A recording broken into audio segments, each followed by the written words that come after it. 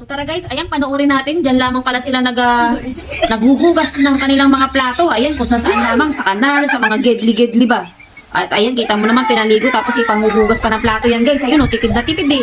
Kakaiba yung kulay ng tubig sa kanila, no? Pero maayos-ayos yung kanina. Tapos ayan, gagamitin na sa pagkain na parang walang nangyari, oh. Napakalinis na ng lagayan, eh, oh. Oh my God. Ayun ang kulay ng tubig sa kanila, oh. Ang kalat ng paligid. Mas malala naman to, oh. Ay, grabe na yan, insan. Tapos yung naging shimmering pa yung lagayan, oh. Parang hindi hinugasan sa mga kanal-kanal lang, oh. Grabe naman paghuhugas yan. Ito maayos-ayos to sa kabila kanina. Ito hindi rin, eh, oh. Grabe na yan, insan ba? Tapos yung parang walang nangyari, lalagyan na lang ng pagkain, eh. Ba, syempre kapag ikaw bibili ng pagkain dyan, alam mo pa ba yan kung saan hinugasan yan? Eh, hindi na. At ayan na, lalagyan na ng mga pagkain ng ganyan, o, di ba?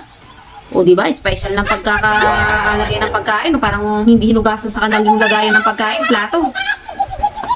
Wow! Amazing! Ang linis na. Pero hinugasan lang yan sa kanal.